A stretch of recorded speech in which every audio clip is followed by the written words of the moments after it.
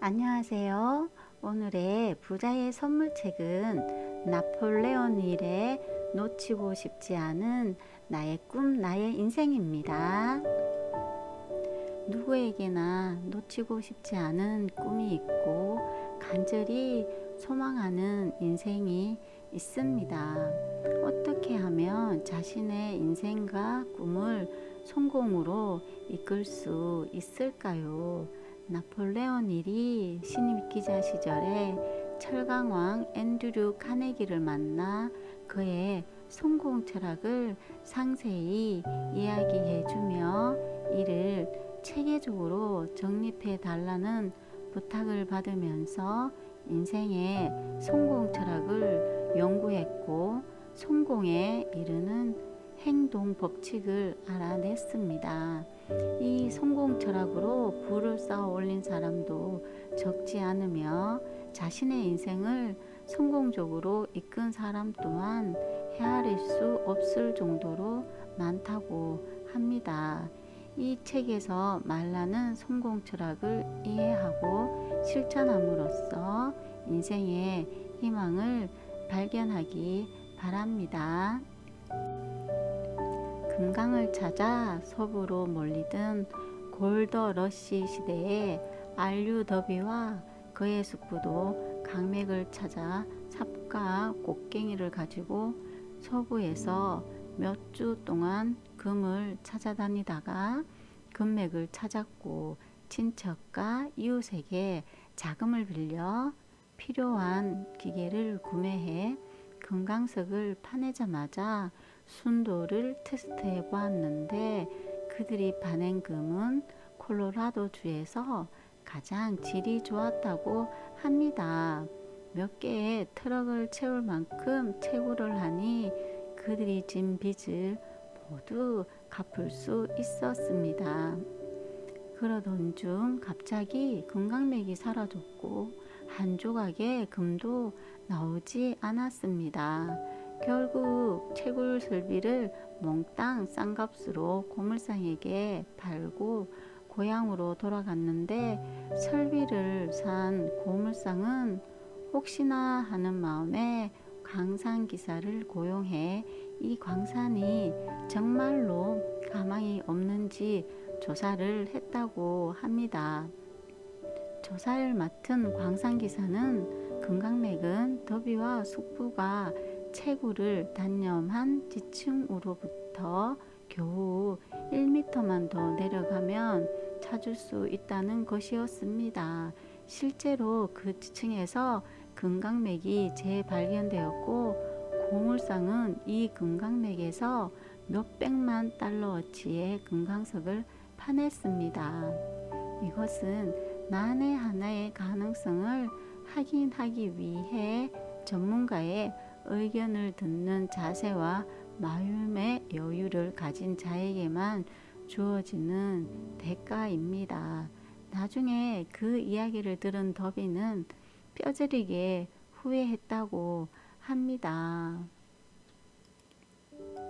이때의 실패 경험은 더비가 생명보험회사에서 영업사원으로 일하는데 큰 도움이 되었다고 합니다. 서부에서 겪은 실패가 사소한 부주의에서 일어났다는 것을 깨달은 더비는 이것을 자신의 철저한 교훈으로 삼아 목표한 손님이 마음을 열지 않아도 절대 단념하지 않고 광산에서 당한 실패를 2번 다시 되풀이하지 않겠다고 다짐하면서 더비는 연간 100만 달러가 넘는 실적을 올리며 단시간에 성공을 거두었다고 합니다. 그는 단념하는 사나이에서 한번 달려들면 포기하지 않는 끈질긴 사나이로 변했습니다. 어떤 경우든 성공을 거둘 때까지의 인생은 절망과 좌절의 반복입니다.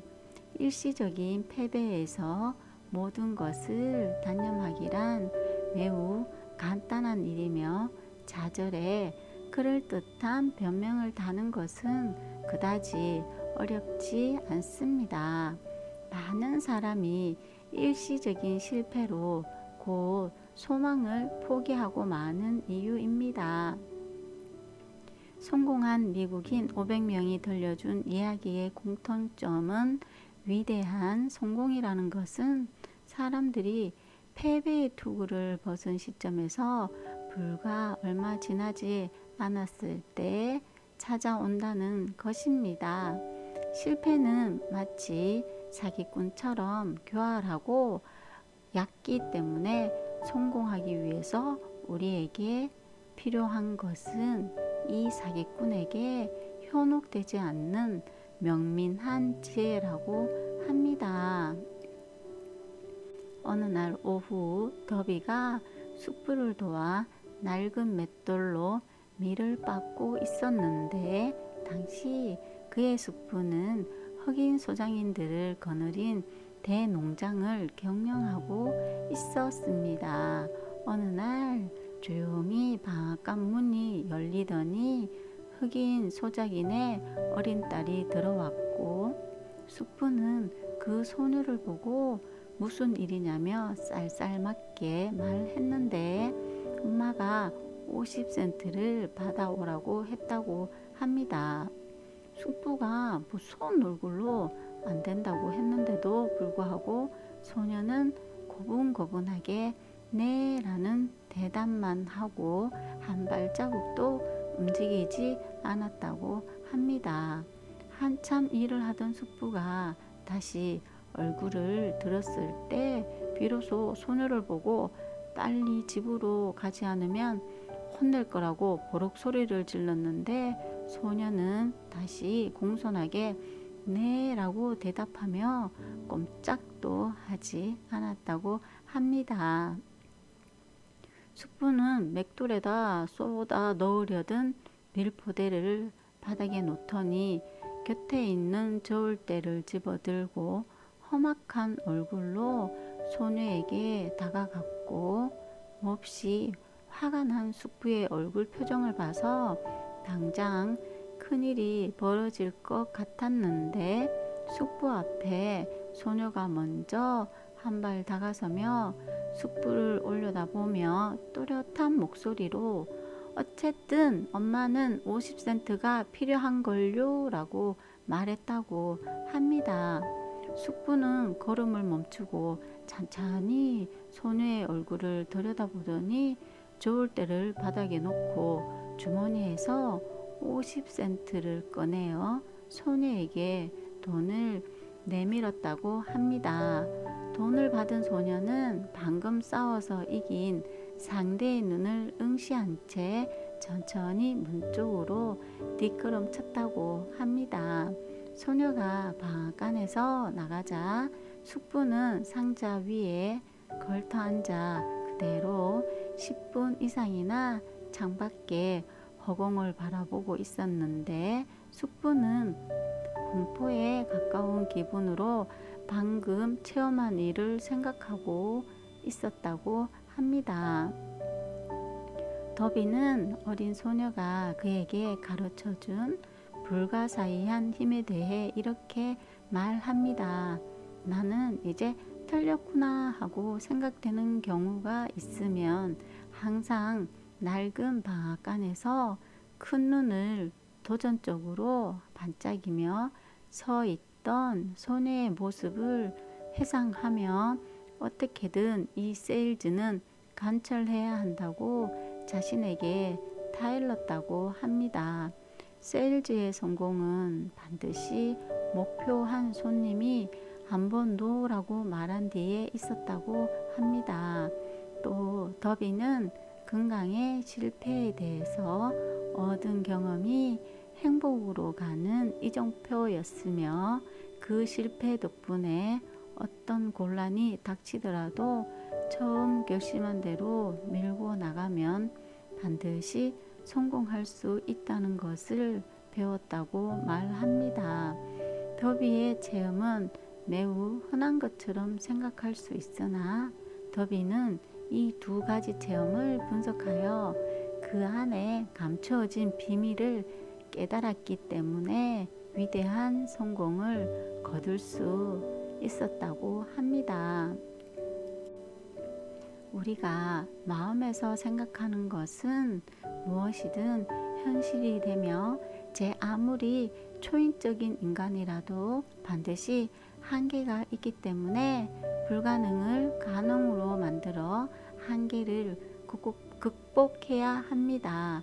사람들에게서 볼 수 있는 또 한 가지 약점은 자기 편리한 대로 주장을 펼치거나 독선적인 고정관념으로 모든 것을 평가하는 태도라고 합니다. 사람은 많든 적든 누구나 편견이 있다고 합니다. 우리는 이해할 수 없는 것을 믿지 않으려고 하는 성향이 있으며 그래서 우리 스스로 한계를 규정짓고 그것만이 옳다고 생각하는데 이런 생각은 위험하지만 사람들은 애석하게도 자신의 생각만이 올바르다고 믿고 각자의 껍질 속에 틀어박혀 있다고 합니다. 사람이란 마음속 깊은 곳에 자신이 그리고 있는 대로 되어가는 법입니다. 우리를 조종하고 있는 것은 우리가 가지고 있는 무의식의 신념입니다. 신념을 한 알의 씨앗에 비유하면 비옥한 대지에 뿌려진 한 알의 씨앗은 싹이 터서 성장하고 꽃을 피우고 열매를 맺고 그리고 성장한 이 씨앗에서는 다시 수십 알의 새로운 씨앗이 나옵니다. 이처럼 신념은 새로운 신념을 낳고 이것이 반복되는 것입니다. 어느 유명한 범죄 심리학자는 처음으로 죄를 저질렀을 때는 누구나 자신을 증오하고 슬퍼하지만 두 번, 세 번 죄를 거듭할수록 점점 익숙해져서 끝내는 완전히 죄의식이 없어져 버린다고 합니다. 어떤 정보를 계속 되풀이하여 잠재의식 속에 주입하면 차츰 그 사람의 성격이 변화하여 마침내 완전히 사람 자체가 변화한다고 합니다. 반복되는 사고는 그것이 거짓이든 진실이든 결국은 그 사람의 신념이 되어버립니다. 거짓말을 되풀이하다가 종래에는 그것을 진실로 믿어버리는 경우가 흔합니다. 사람이란 마음속 깊은 곳에 자신이 그리고 있는 대로 되어가는 법입니다. 우리를 조종하고 있는 것은 우리가 가지고 있는 무의식의 신념뿐입니다. 요트는 돛을 조종하기에 따라 동쪽으로 가기도 하고 서쪽으로 가기도 합니다. 우리의 인생도 우리의 사고방식에 따라 행복으로 가거나 파멸에 이르기도 합니다. 우리 안에는 지금까지 상상하지 못했던 훌륭한 것을 현실로 만들어주는 씨앗 한 알이 잠자고 있다고 합니다. 소망에서 어떤 가치를 창출하기 위해서는 인내력이 꼭 필요하다고 합니다. 막대한 재산을 구축한 사람들은 때로는 냉혈한이라고 비난받기도 하지만 대부분은 오해입니다. 보통의 사람들은 사소한 반대나 역경 앞에서 목표나 계획을 단념하며 목표를 달성하기까지 어떤 장애에도 굴하지 않고 전진하는 사람은 극히 드물다고 합니다. 가난을 추구하는 의식은 애쓰지 않아도 마음속에 자연적으로 생겨나지만 부를 추구하는 의식은 의식적으로 노력하지 않으면 생겨나지 않습니다. 정신적인 무기력에서 탈출해야 할 상황에 놓여 있을 때 처음에는 손가락 하나 움직이는데도 대단한 노력이 필요하지만 참을성 있게 계속 노력하다 보면 점점 가속도가 붙어 끝내는 완전히 자기의 지시대로 움직일 수 있습니다. 처음에는 아무리 느리다 해도 인내심을 갖고 진행하다 보면 인내의 힘이 최후의 승리를 가져옵니다. 인내력이 습관이 되어 몸에 밴 사람은 어떠한 실패에 처해도 마치 보험이라도 든 것처럼 침착하게 사태를 관망하고 몇 번의 실패에도 마지막에는 반드시 성공합니다. 살다 보면 때로는 온갖 종류의 실패를 경험하게 되는데 인내력 테스트를 통과하지 못한 사람들에게 성공의 기쁨을 주지는 않는다고 합니다. 테스트에 통과하지 못한 사람에게 승리란 없으며 반대로 테스트에 통과한 사람들은 그 인내에 대한 보상을 얻는다고 합니다. 목표가 무엇이건 성공이라는 승리가 주어지며 단순한 보수에도 더 중요한 것, 즉 어떤 실패에도 반드시 그 이상의 가치를 만들어내는 씨앗이 잠재해 있다라는 진리를 얻게 된다고 합니다. 극히 한정된 사람들만이 실패의 경험에서 인내의 소중함을 배웁니다. 그들은 실패가 찾아와도 일시적인 것에 지나지 않는다고 생각하고 곧 다시 일어납니다. 그 소망을 포기하지 않는 사람이 결국 실패를 승리로 전환할 수 있으며 인내력이 없으면 어떠한 분야에서도 위대한 성공을 성취하지 못합니다. 인내력을 습관으로 몸에 익히기 위해서는 4가지 원칙이 필요합니다. 인내력을 단련하는 4가지 원칙. 첫째, 간절한 소망이 뒷받침된 명확한 목표를 가질 것. 둘째, 명확한 계획을 세워 한 걸음 한 걸음 실행할 것. 셋째, 마음을 우울하게 하는 부정적인 요소들, 즉 자신의 발전에 방해되는 의견을 깨끗이 털어버릴 것. 넷째, 목표와 계획에 항상 용기를 북돋워주는 친구를 사귈 것. 이 4가지 원칙은 모든 성공의 필요 조건이며 두려움을 극복할 수 있고 고정관념을 깰 수도 있습니다.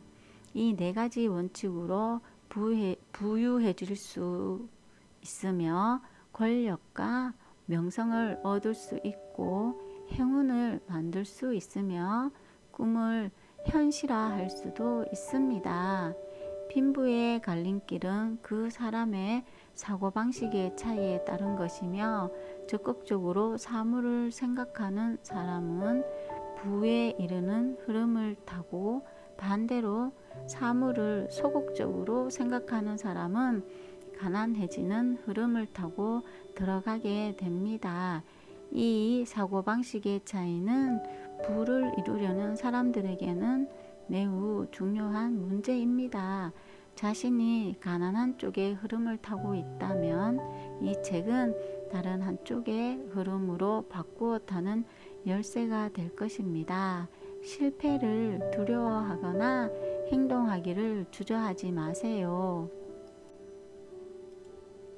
오늘의 명언은 당신이 하고 싶은 일, 할 수 있는 일, 꿈꾸는 일을 바로 지금 시작하라. 대담함 속에는 이미 많은 힘과 재능, 마법이 숨겨져 있다. 요한 볼프강 폰 괴테. 오늘도 시청해 주셔서 감사합니다. 좋아요, 구독 부탁드립니다.